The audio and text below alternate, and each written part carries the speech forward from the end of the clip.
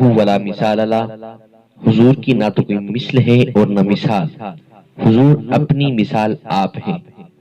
کبھی انگلی سے اشارہ کریں تو چاند کو چیر دیں، کبھی ہاتھ ہلائیں تو سورج کا پاسا پلٹ دیں، اپنا قدم زمین پر رکھیں تو پتھر بھی موم بن جائیں، لکڑی کو ہاتھ لگائیں تو اس کو چراغ میں بدل دیں، کبھی لکڑی کو ہاتھ لگائیں تو وہ تلوار بن جائے۔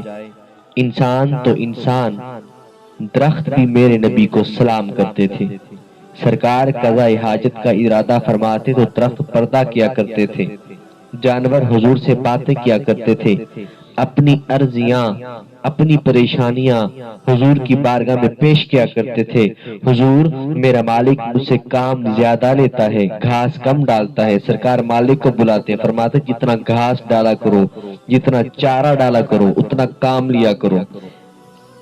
حضرت مسلمہ رضی اللہ تعالی عنہ سے مروی ہے، آپ فرماتی ہیں نبی پاک صلی اللہ علیہ وسلم صحرا میں تھے، اچانک پکارنے والے نے پکارا یا رسول اللہ صلی اللہ علیہ وسلم۔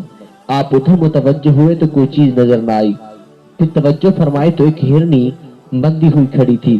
اس نے عرض کیا یا رسول اللہ میرے قریب تشریف لائیے۔ آپ اس کے قریب گئے اور دریافت فرمایا کوئی حاجت ہے تو بتاؤ۔ اس نے عرض کیا میں اس پہاڑی میں اس پہاڑی میں میرے دو چھوٹے چھوٹے دودھ پیتے بچے ہیں، آقا آپ ازراہ کرم مجھے کھول دیں، میں جا کر ان کو دودھ پلاؤں پھر لوٹ آؤں گی۔ آپ نے دریافت فرمایا واقعی تو اس وعدے کو نبھائے گی، اس وعدے پر قائم رہے گی؟ اس نے عرض کیا اگر میں اس وعدے کو نہ نبھاؤں تو اللہ تعالیٰ مجھے عذاب دے۔ آپ نے اس کو کھول دیا، وہ تیزی سے دوڑتی گئی، اپنے بچوں کو دودھ پلایا، پھر واپس لوٹ آئی۔ نبی اکرم نور مجسم سرور دو عالم صلی اللہ علیہ وسلم نے اس کو سابقہ جگہ پر باندھ دیا۔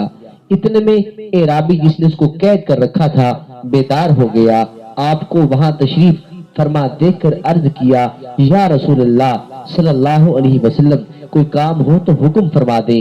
فرمایا ہاں کام یہ ہے اس ہرنی کو آزاد کر دے۔ اس نے رسی کھول دی اور وہ دوڑتی جا رہی تھی اور کلمہ شہادت بھی پڑھتی جا رہی تھی، اشہد ان لا الہ الا اللہ وانک رسول اللہ۔ ایک ہرنی جس کو سرکار کی زیارت بھی نصیب ہوئی، سرکار سے باتیں کرنا بھی نصیب ہوا اور سرکار سے وعدہ کیا اس وعدے کو پورا بھی کیا۔